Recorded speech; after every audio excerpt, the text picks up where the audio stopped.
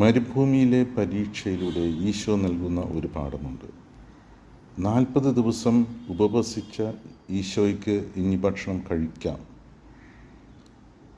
ന്യായമുണ്ട് ഈശോയുടെ ഭാഗത്ത്. പക്ഷേ സാത്താൻ വന്ന് പ്രലോഭിപ്പിച്ചപ്പോൾ ഈശോ അത് വേണ്ടെന്ന് വെച്ചു. നമ്മുടെ ജീവിതത്തിലും പല ന്യായങ്ങൾ നമ്മൾ കണ്ടെത്തും. ചിലപ്പോൾ ശരിക്കും ന്യായം തന്നെ ആയിരിക്കാം, പക്ഷെ അത് ദൈവഹിതമല്ലെങ്കിൽ നമ്മൾ ചെയ്യുന്നത് തെറ്റായി തീരും. നമുക്ക് 100% ന്യായം എന്ന് തോന്നുന്ന പല കാര്യങ്ങളും നമ്മൾ ചെയ്യാറുണ്ട്, പക്ഷേ അത് ദൈവഹിതം അല്ലെങ്കിൽ അത് ബുദ്ധിമുട്ടാണ്.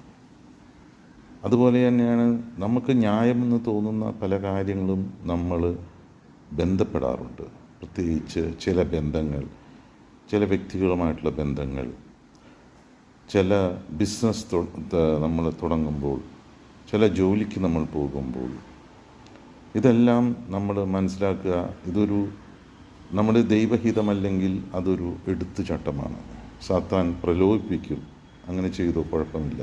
പക്ഷെ അവിടെയൊക്കെ നമ്മൾ ശ്രദ്ധിക്കണം.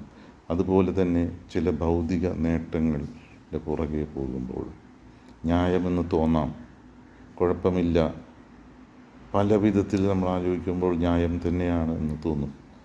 പക്ഷേ ദൈവഹിതപ്രകാരമാണോ? ഇപ്പോൾ ആ മരുഭൂമിയിലെ പരീക്ഷയിൽ നമ്മൾക്കറിയാം, സുവിശേഷം തുടക്കം തന്നെ വലിയ ഒരു പാഠം ഈശോ നമുക്ക് പറഞ്ഞു തരികയാണ്. ദൈവഹിതം അനുസരിച്ച് തന്നെ മുന്നോട്ട് പോകുക. എല്ലാവരും ദൈവം അനുഗ്രഹിക്കട്ടെ. ഹല്ലേലൂയ.